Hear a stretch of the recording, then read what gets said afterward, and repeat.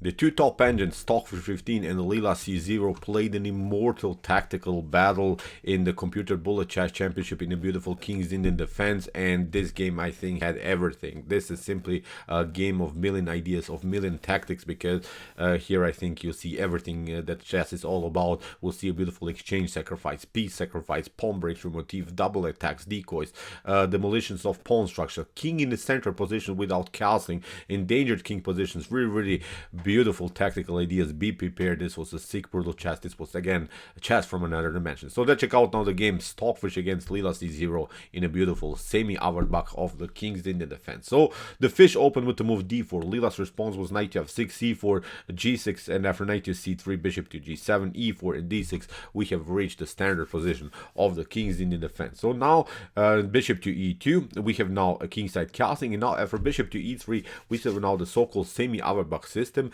This move order is perfect, I think, very flexible. You're keeping, of course, a very powerful center. You're developing still your pieces, but it gives you a certain flexibility to even launch a flank attack with g4, h4, h5, and similar stuff.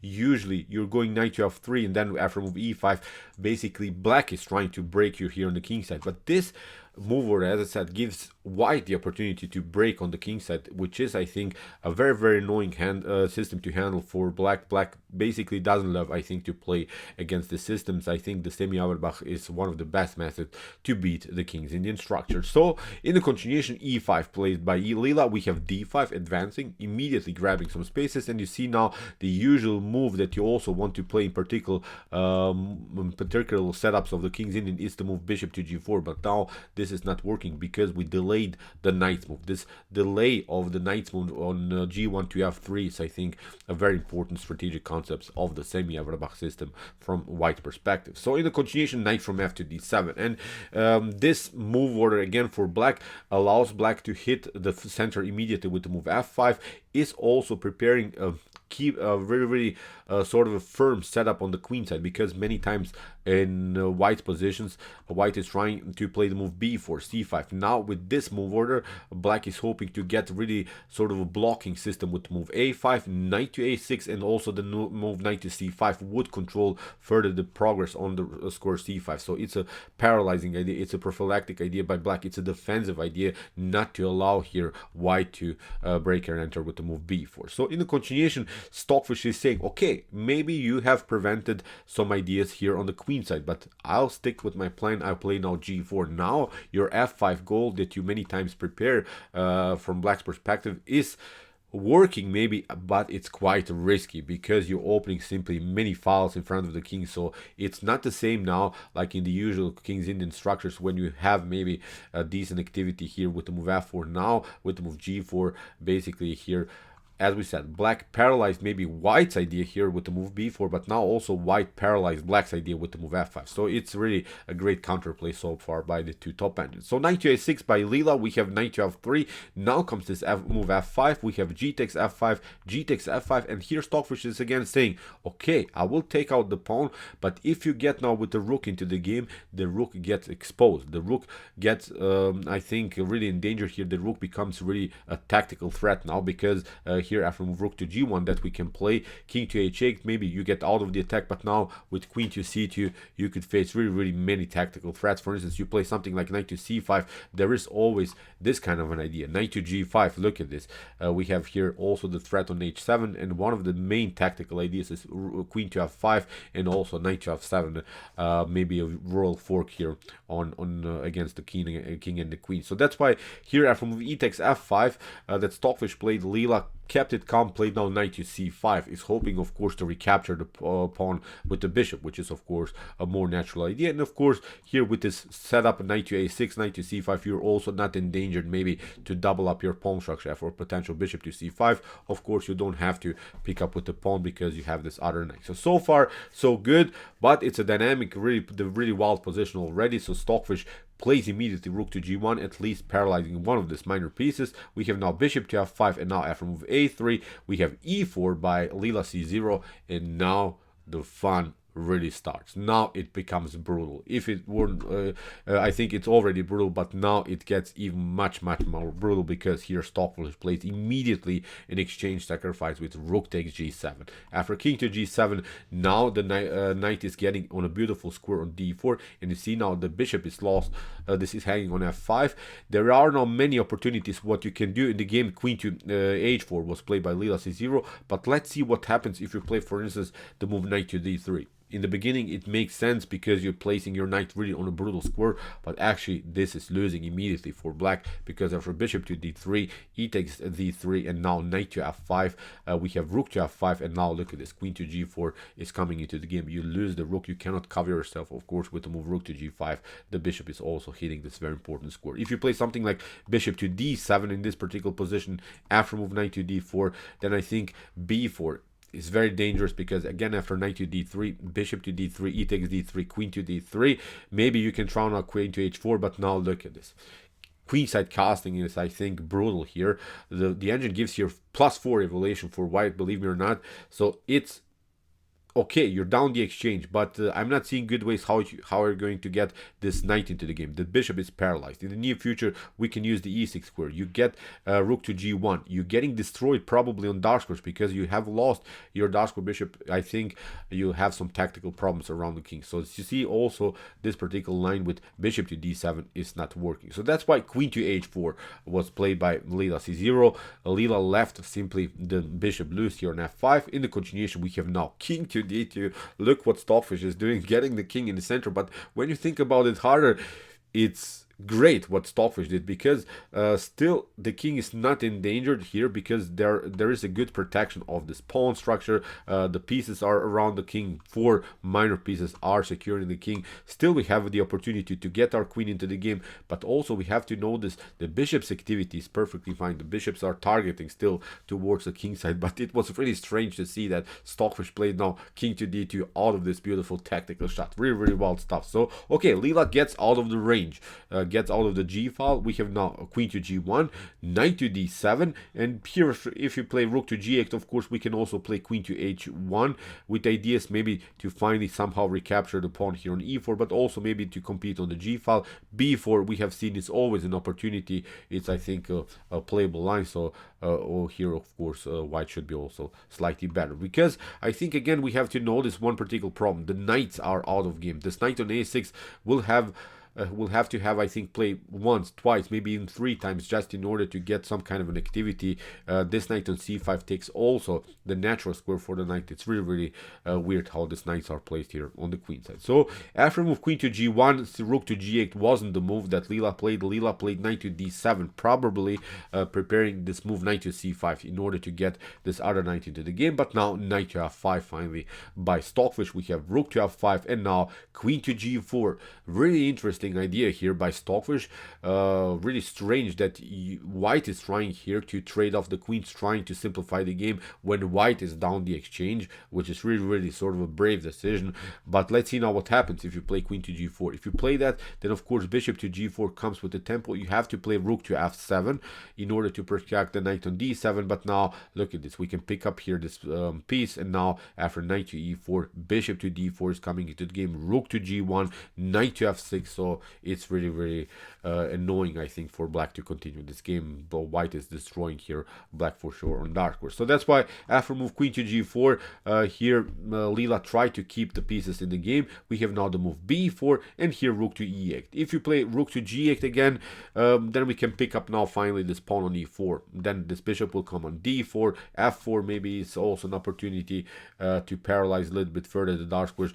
Bishop to d3 is maybe here an opportunity. So many again tactical possibilities for white. The piece activity that white is here is really brilliant. So after move b4, rook to e8, protecting now the pawn on e4, king to c2. Here Stockfish gets the king even on a better square. Still, as I said, Stockfish didn't castle, but actually the king is perfectly fine. I didn't see really opportunities for black to attack the king. In the continuation, rook from a to b8, and now rook to g1, finally occupying the g file. So now knight to e5, which is of course a good move here for black. Black is getting more pieces into the game, but again, look at this. This other knight is on bx. It's simply far away from the action. Maybe you can regroup. Maybe you can get some kind of activity, but it's a long run. You need many moves. Meanwhile, white is doing something. Meanwhile, white is attacking the position. After move knight to e5, we have finally this idea. Queen to e4. We have now rook to f8, and here rook to f1, protecting now the f2 pawn, because in some occasions maybe black could also sacrifice the exchange, but again get a beautiful activity on the f file. So that's why Stockfish prevents this idea with rook to f1. Now we have a rook to f4, and here Leela decides to give back the exchange, is sacrificing the rook now for the bishop. If you play something like knight from b to d7, if you're trying to get the knight into the game, then f4 is going to happen, and look at this. The knight has to move somewhere. Bishop to d4 is going to happen. This is basically the main tactical threat from this point on. I think black can even immediately resign. So that's why after rook to f1, rook to f4, really there are no good moves. If you play rook to f3, you have to again sacrifice the piece. If you play queen to e7, then again f4 I think is working with bishop to d4 ideas and similar stuff. So it's really bad here for black. So that's why rook to f4 prevents this idea with the move f4, bishop to f4, queen to f4, queen to f4, and after rook to f4, we see now that okay, Leela lost some material but is hitting now this weak pawn on c4. In the continuation, we have now king to d2. If you play now knight to c4 immediately, this wasn't played in the game, then you get this one, bishop to c4, rook to c4, and now with rook to e1, white occupies the e file, and you are having problems here on the back rank how to defend the knight. If you move somewhere, then you get simply here the attack. You get rook to e8, then of course you have to step back and you lose the knight, so it's not working. Black is losing the game. So see, it's a tricky idea. The knight is on the starting square, so it's really bad how black is lacking in development, although the knight already played in the game, but it jumped a little bit around. It's now really a tactical threat in the position. So after move rook to f4, hitting the pawn on c4, king to d2, as we said, was played knight to d7, king to e3. We have now rook to h4, and now finally f4 locking the position. We have rook to h3, we have king to d2, and now knight to g6, attacking now the pawn on f4. We have knight to b5. Here Stockfish really decides to go now into a favorable endgame. Stockfish is leaving maybe some of these pawns, but is trying to hit this pawn, maybe also the d6 can be taken afterwards, maybe create a passer here, maybe include somehow the light square bishop into the game. So many again opportunities here for white. So in the continuation, rook takes h2 was played by Leela c0, grabbing one pawn. Stockfish does the same, takes a very important pawn on c7. Now the d6 is a long-term weakness. So knight to e7, rook to e1, knight to g6, king to c3, and after knight to f4, bishop to f1, now comes really again a beautiful new idea in the game by Stockfish. Really again a beautiful immortal tactical sequence. After king to g8 that was played by Leela c0, Stockfish goes first of all knight to b5, now rook to h6, knight takes a7, and now Stockfish is saying, I grabbed enough material. I gained 2 pawns on the queen side, and I have now a beautiful pawn majority attack here on the queen side. So that's why you understand the next couple of moves. Rook to f6, we have now a4, and here Leela is pushing also dangerous pawn on the h file. But Stockfish ignores, simply plays a better move for the knight, knight to c8, and after move h4, a5, and king to f8, Stockfish gets, of course, the king closer towards the king side. But now, after move h3, Stockfish plays again a beautiful tactical shot, plays bishop takes h3, sacrifices now the bishop for the pawn. But after knight to h3, this rook is coming into the game. You have to fix, of course, here your knight on e5, but now Stockfish grabs another pawn, and Stockfish has now really created distant pass pawns that cannot be caught by the knight's activities. The knights are again simply far away from the action. So Stockfish deflected many times this knight out of game. Really beautiful technique here by the fish. So here again, notice knight is there. This knight is really far away from the action. So that's why the only way to make something to happen is to somehow get the rook into the game. Now the king is coming here to a4, knight to c4. Okay, here Leela grabbed the pawn, but now Stockfish simply pushes the pawn further. We have now knight to f4. Leela is desperately trying now to get some pieces back into the game. We have now the move a7, rook to a3, hitting the king, and now after move knight to e3, knight to b6, preparing of course the move a8, the promotion. We have here knight to c2.